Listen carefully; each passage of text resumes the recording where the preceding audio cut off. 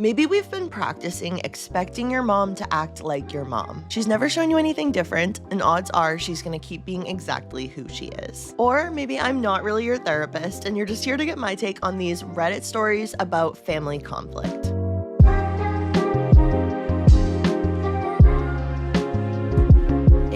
The jerk for feeling disrespected by my nosy mother-in-law. For context, my husband and I live in the downstairs area of his parents' house.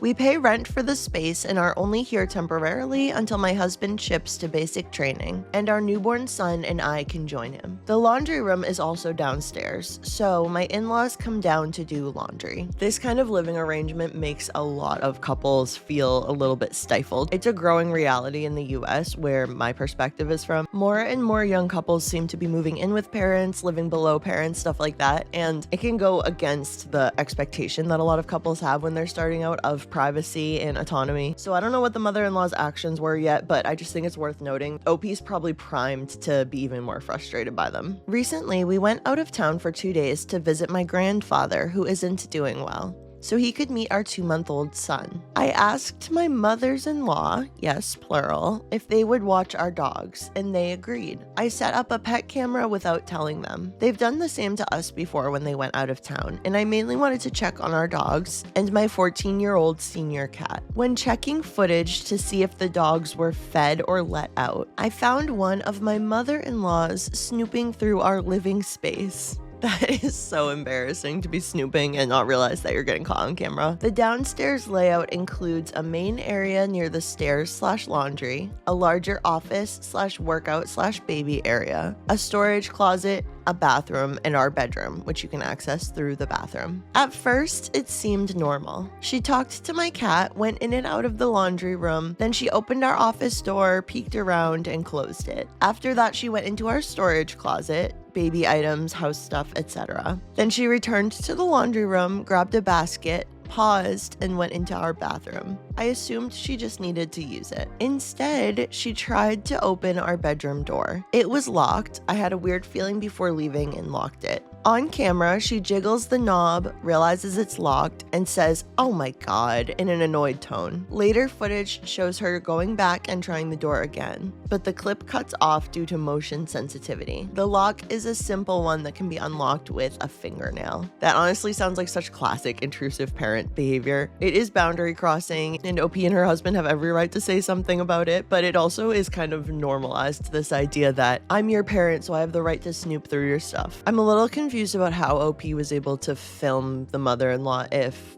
she was in the bathroom, or what exactly that footage was of the mother-in-law while she was in the bathroom trying to access the bedroom. I think for most people, the husband saying, "We saw you doing this, we had it on camera," that could be enough to set the boundary, because that's so embarrassing to get caught doing something like this on camera. I feel really violated and disrespected. I can maybe understand curiosity about the office area because it's a less private and personal space. Still not okay. But going into our storage closet, and especially trying to access our bedroom, feels like a major boundary cross. This isn't about theft or safety. It's about privacy and respect for space we pay for and live in as adults with a child. I want to address this, but I know they'll likely respond with, "This is our house, we can do what we want." How do I bring this up calmly but firmly without sounding like I'm overreacting? Should I even bring it up? Or should I let it go? Well, like I always say, a major important piece of information in a case like this is, how does the husband feel about it? Are you guys on the same page that this is inappropriate and intrusive? If I were OP, I would have that conversation with the husband and then ask him if he could address it with his parents. Not the jerk for being upset, but since this is your husband's family, you need to let him deal with it. It's 50-50 if it's even worth it, to be honest. You will be leaving soon, so I would weigh how much of an issue you really want to make this. But if he chooses to bring it up, I would start with the part where you pay rent to live there, so you have renter's rights, which means they don't get access without notice, especially to truly private places like the bedroom. I like that this commenter caught that they're going to be moving out soon, because that does change things. OP and husband are well within their right to set boundaries, but it's unlikely you're ever going to quite be in this position again, which just makes it feel a little bit less pressing to do so. Your husband needs to address this behavior. I was looking for this response. How does your husband feel about it? Yeah, it's their house that you are renting. They are your landlords. Landlords are not allowed to walk through your space when you're not there or to unlock doors and go through your stuff. You're not living there rent-free, right?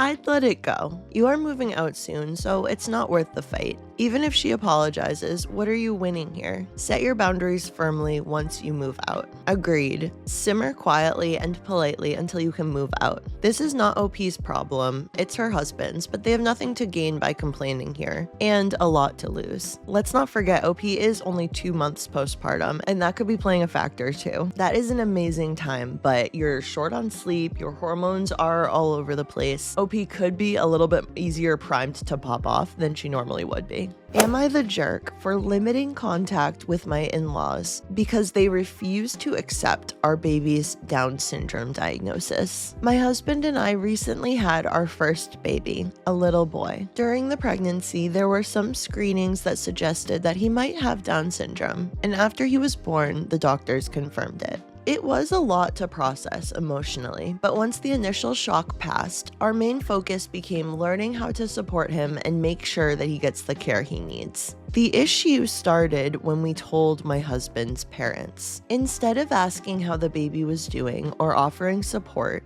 their first reaction was basically denial. They kept saying the doctors must be wrong because their family doesn't have these kind of problems. My mother-in-law literally said that in their entire family history, no one has ever had a genetic issue, so the diagnosis doesn't make sense to her. All kinds of conditions and syndromes can just happen randomly in cell division. And while there can be genetic components, that doesn't mean that it's purely based on genetics. I don't like the way that this mother-in-law is almost trying to distance herself from her grandson with Down syndrome. Those are some very concerning comments, and if she is feeling that way, it's especially not appropriate to be bringing that to the mother of this child. At first, I tried to be patient because I figured they were just in shock. Very gracious of OP. But the comments didn't stop. Over the next few weeks, they kept questioning the diagnosis and suggesting we go to different doctors until someone tells us something else. My mother-in-law even said maybe the hospital jumped to conclusions and that babies can sometimes grow out of things. Then the comments started getting more pointed. One day, she asked me if I was careful enough during my pregnancy. Oh my gosh. She started asking about my diet, stress levels, and whether I took all my vitamins like I was supposed to. It honestly felt like she was trying to figure out what I did wrong. Oh my gosh, that is like such an inappropriate urge that people seem to get when something doesn't go as expected in a woman's pregnancy. It's like people are looking for a way to find something to blame so that they feel like there's some level of control that they could or would have had over it. Another time, she straight up said she doesn't understand how this could happen because there's nothing like that in their bloodline. The way she said it made it pretty clear that she thinks it must have come from my side of the family. That really hurt.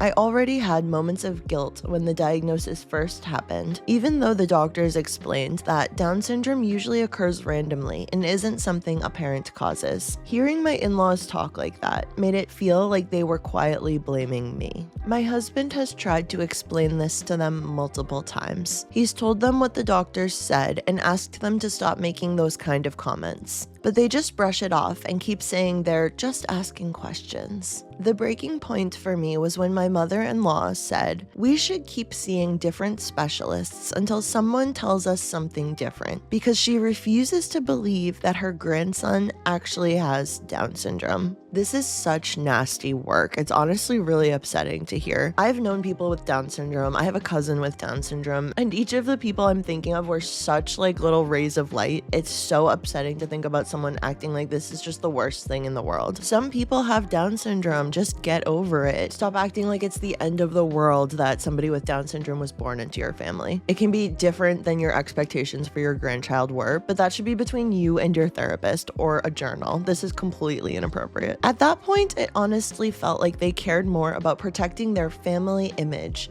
than accepting their grandchild. Because of that, I told my husband I don't want to bring the baby around them as often anymore until they can show some basic respect and acceptance. I don't want my child growing up around people who act like there's something shameful about him or who keep trying to figure out who to blame. Absolutely, good for you. I think those are OP's mothering instincts coming out, because it is way more important to protect your son than to coddle the feelings of your in-laws who have been disrespectful over and over. Now my in-laws are saying I'm overreacting and keeping their grandson away from them. Some extended family members also think I should just ignore their comments because they're from an older generation and don't understand these things. But to me, constantly hearing them imply that this is somehow my fault crossed a line. Am I the a-hole for limiting contact with them because of how they reacted to our baby's diagnosis? No, absolutely not. And I feel like they should have been able to recognize that they were being inappropriate saying that stuff to you. I don't really know generationally. Let me know what you think in the comments, because I want to know if anybody thinks there is some justification for this. But to me, there's just no way that they wouldn't have noticed as they're saying those things that they're kind of being rude and they're crossing lines because of whatever their own emotions are. And the mother-in-law chose to keep going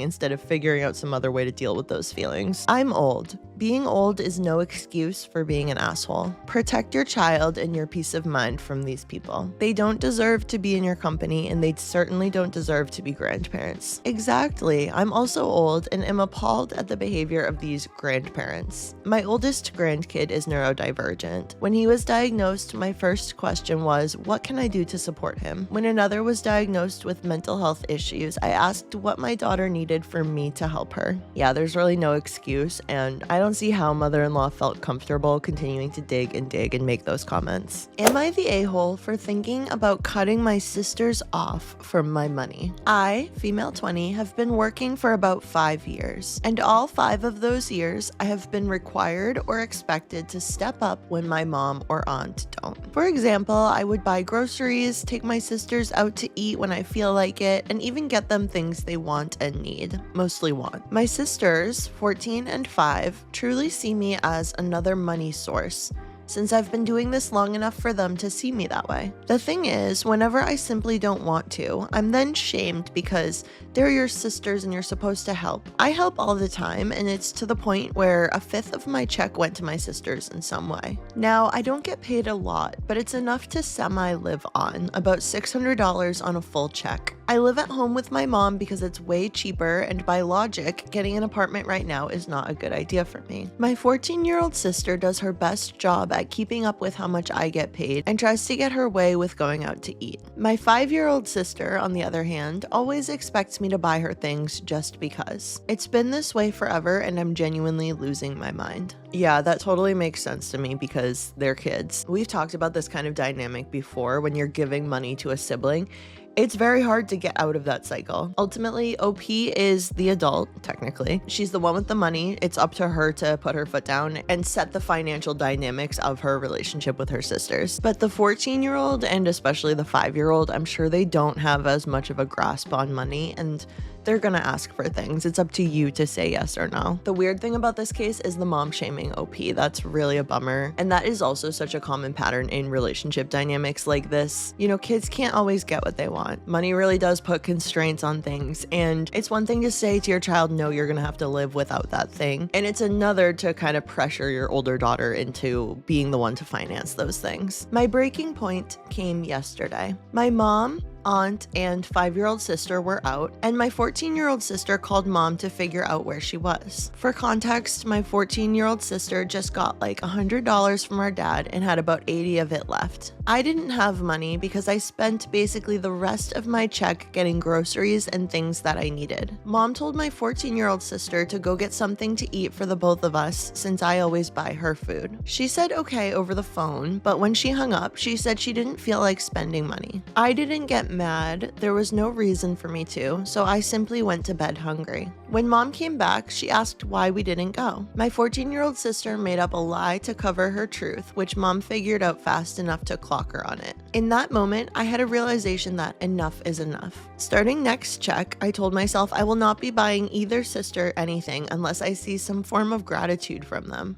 Now, not really my 5-year-old sister, but definitely the 14-year-old. It's not fair to me that I always have to buy things for them, but then when it's time to do the same back, they suddenly don't want to do it. Am I really the a-hole here, or is my reaction totally reasonable? Well, this is exactly why if you have a choice, you should not do things that you don't want to do. Like, of course, there's so much that can go into it when it's family and you're trying to help them, but in general, if you have the option, don't give people money that you don't want to give, because it's very likely to lead to resentment and frustration and things that just aren't really good for the relationship. That being said, I do feel like a 14-year-old who probably doesn't have access to that much recurring money and has this $80 left, it probably does feel really different to her than seeing her older sister get so much money every week. It's true, it isn't fair for OP, but her and her sister are in different financial positions, and if she's not comfortable giving her sister money or buying her sister meals out, she should stop. Edit, there's a lot more context needed in order to fully understand my frustration, so I'll try to make it short, but sorry in advance if it's a bit long. I have an older sister, female 21, who moved out last year, but before she did, she wasn't buying things for the house or for my sisters. She actually got to save her money because she wasn't thinking about the family at all, unless it was Christmas or their birthdays. I, on the other hand, have a soft heart and always cave in when someone needs to step in, so that's how it became the expectation for me to kind of be the third parent. I do help around the house money-wise. I pay my car insurance and warranty, and I give $50 every month for electric. I also help clean main areas like the kitchen, so I'm not just freeloading. I'm actually helping in more ways. I have talked to my mom about this before and how my aunt should step up more since she's an adult, and she always says something along the lines of, "You're their sister, so you need to help," or "Your family, so you have to assist when needed." And believe me, I don't mind assisting, but it definitely sucks that there's no accountability for my aunt. I'm really curious about why OP feels like this is the aunt's responsibility. Maybe the aunt lives with them. I kind of want to know more about their dad and where their dad is. 14 and 5 are unfortunately already spoiled, so there's barely any fixing that. The 5-year-old cries when she needs to clean up after herself, and the 14-year-old gets mad whenever she's required to do something that doesn't involve her. We both went Christmas shopping together, and she literally bought her 5 things while only getting everyone else 1 to 2 things. And one of the things she bought was something mom already had under the tree. So yeah, no fixing the behavior there. Now for my dad, because some of you guys mentioned him, he's always kind of been like this. Mom and dad got divorced years ago, when 14 was like 6. I don't know why, but it's so fascinating to me that OP didn't just say when I was like 12. So he's really out of the picture. He barely pays child support, and when he does, he just gives us gift cards and cash instead of actually helping with things we need. Also, I literally can't move out. I make about $1,100 after taxes, I'm on an hourly rate, and I can't work a better job due to my disability insurance. Oh, so maybe that $600 is bi-weekly. In order to keep it, I can't make a lot of money, which sucks. So yeah, that sucks too, but my head is up for the future. I'll take everyone's advice and save up so I could potentially move out, but all the apartments around my area cost at least $1,000 a month. So I'm kind of screwed there.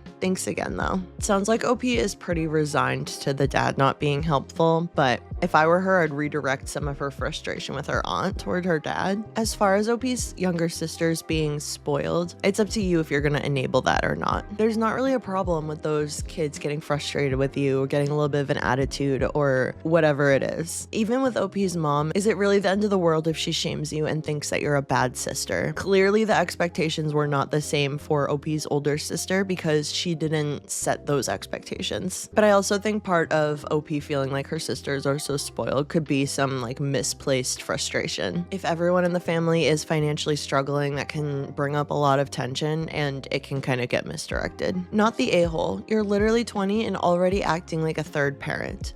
Buying groceries and feeding them is already way more than most siblings do. What the F? Your mom and aunt are the a-holes. Your sisters are abusing the situation too.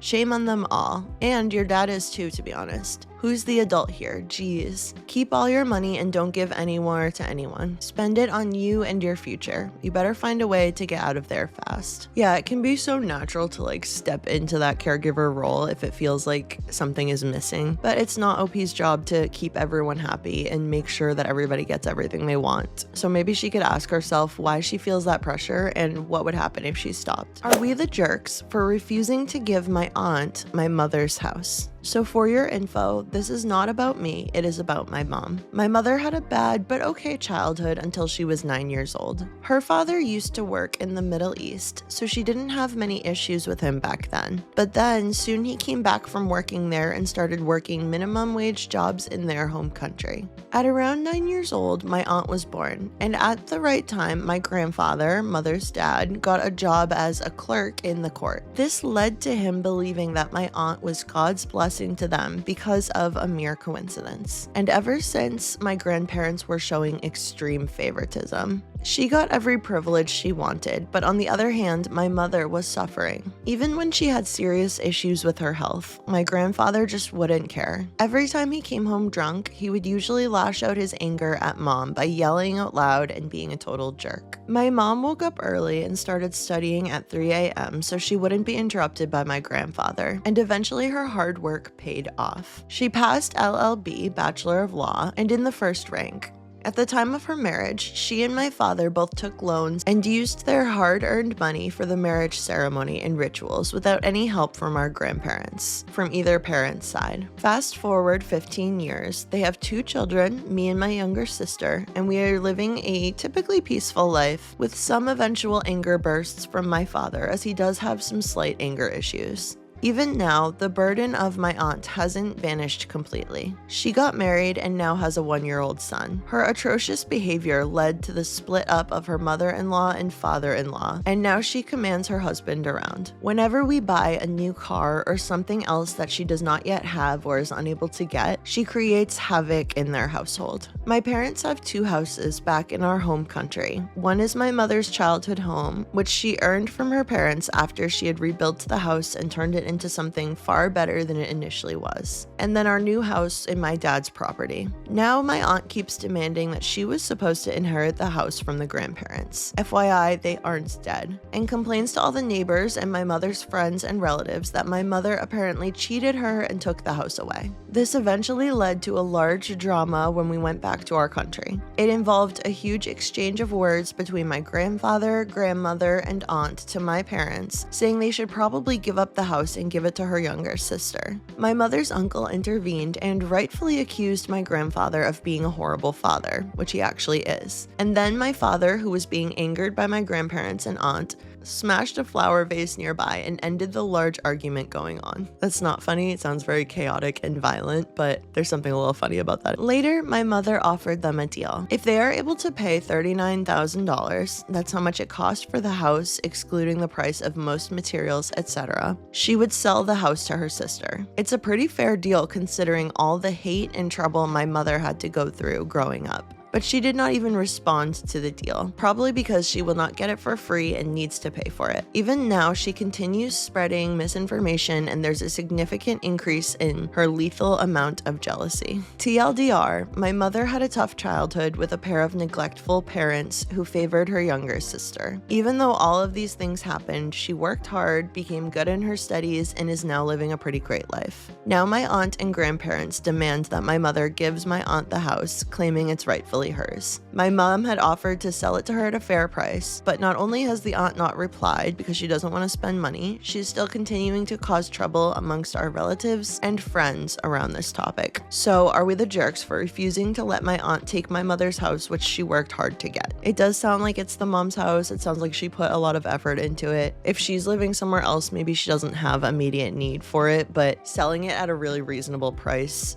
does feel like a fair compromise to me. But it also sounds like this is taking place in a country that I'm not familiar with, and I'm not familiar with the customs there, so I don't know if that's impacting it at all. No. Tell your aunt to kick rocks. It's your mom's property. OP said, I know, right, man? We did offer her a fair price, but she blatantly ignored it because she does not want to spend a single penny. She is currently unemployed and leeches on her husband for money. I know your mom put a lot of work and time into her childhood home, but she may want to sell it to an outside buyer for fair market price or higher. I'm worried your spoiled aunt or grandparents may vandalize the house out of anger. They're always going to badmouth your mom, but at least your mom can say they had a choice. They're atrocious people and your mom doesn't owe them anything. They're not going to change, and the only thing they deserve is to be told to F off. Yeah, I wish we had more concrete examples of the favoritism, just because that feeling can be so subjective, but if we just take OP's word about it, and the whole family probably wants to distance themselves from the aunt and grandparents for a while. Am I the a-hole for not really caring about my sister's financial issues? So I, 30 male, have an older sister, 40 female, that is always in some sort of financial issue. And lately, I have just stopped caring. For the past 10 to 15 years or so, she has just done whatever she wants and doesn't listen to anyone in our family.